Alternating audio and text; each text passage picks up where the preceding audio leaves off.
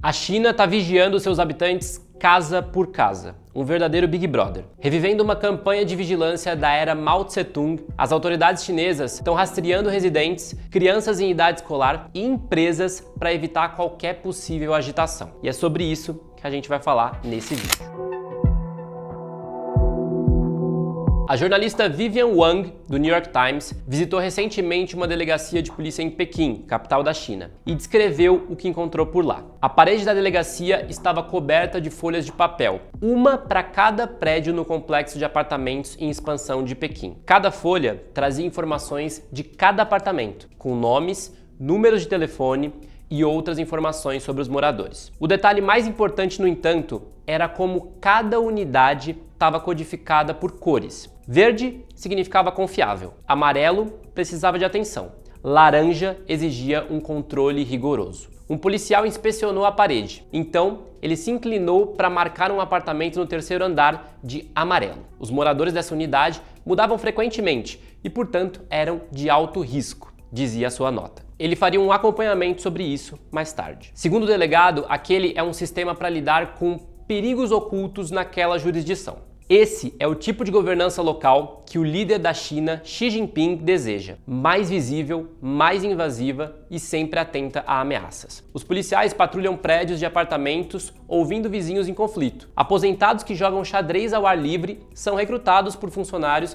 para servirem como olhos e ouvidos extras. No local de trabalho, os empregadores são obrigados a nomear consultores de segurança que relatam regularmente à polícia qualquer suspeita. O Partido Comunista Chinês há muito tempo exerce o aparato de vigilância mais abrangente do mundo contra ativistas e outros que possam possivelmente expressar algum descontentamento. E isso se agravou ainda mais durante a pandemia de coronavírus, quando a vigilância atingiu uma escala sem precedentes, rastreando virtualmente todos os residentes urbanos em nome da prevenção das infecções. Agora, ficou bastante claro que Xi deseja tornar permanente esse controle expandido e levá-lo ainda mais longe. O objetivo não é mais apenas lidar com ameaças específicas, como o vírus ou dissidentes. É incorporar o partido tão profundamente na vida diária que nenhum problema, por menor ou apolítico que pareça, possa sequer surgir. Xi rotulou esse esforço de experiência de Fengdiao para uma nova era. Fengdiao se refere a uma cidade onde, durante a era Mao Tse-tung, o Partido Comunista encorajava os residentes a reeducar supostos inimigos políticos, por meio de chamadas sessões de luta, onde as pessoas eram publicamente insultadas e humilhadas até admitirem crimes, como, por exemplo, escrever poesia anticomunista. À época, Mao declarou a experiência de Fengdiao como um modelo para o país. Pouco depois, ele lançou a Revolução Cultural, outro movimento em massa que levou a uma década de derramamento de sangue. Depois da morte de Mao, o uso do exemplo de Fengdiao caiu em desuso,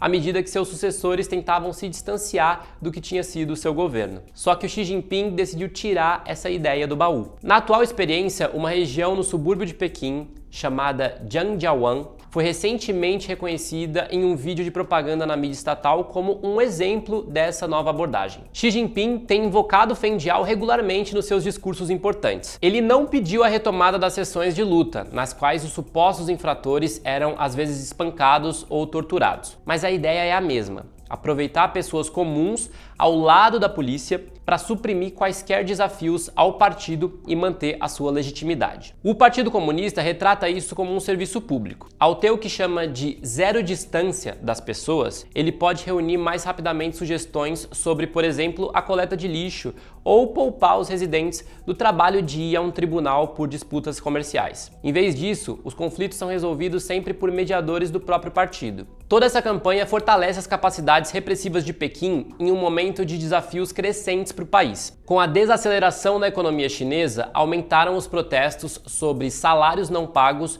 e casas inacabadas. Tensões com o Ocidente levaram Pequim a alertar sobre espiões estrangeiros onipresentes. O partido também apertou a vigilância de grupos como feministas, estudantes e ativistas dos direitos LGBTQIA+.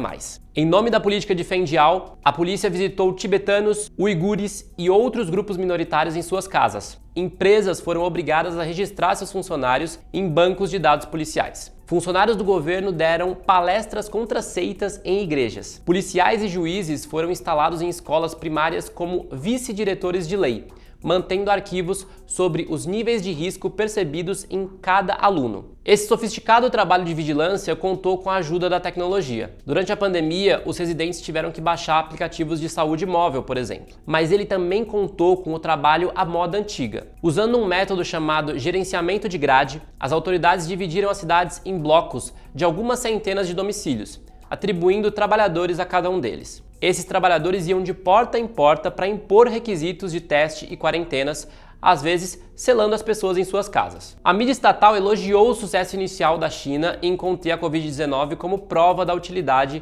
contínua da experiência de Feng Jiao. Quando as pessoas começaram a se irritar com as restrições, culminando em protestos em todo o país em 2022, a abordagem detalhada provou sua utilidade de outra maneira. Os controles da Covid-19 se foram, mas a vigilância intensificada não. Pequim tem encorajado os governos locais a contratar muito mais trabalhadores para vigiar essas grades designadas. Para se ter uma ideia, esse número pode chegar a 15 milhões de pessoas comuns recrutadas como informantes do governo local, de acordo com uma pesquisa de Min Xin-pei, que é professor do Claremont McKenna College, que recentemente publicou um livro sobre o estado de vigilância da China. Curtiu esse vídeo? Deixe seu like, compartilhe e se inscreva no canal do Estadão aqui no YouTube.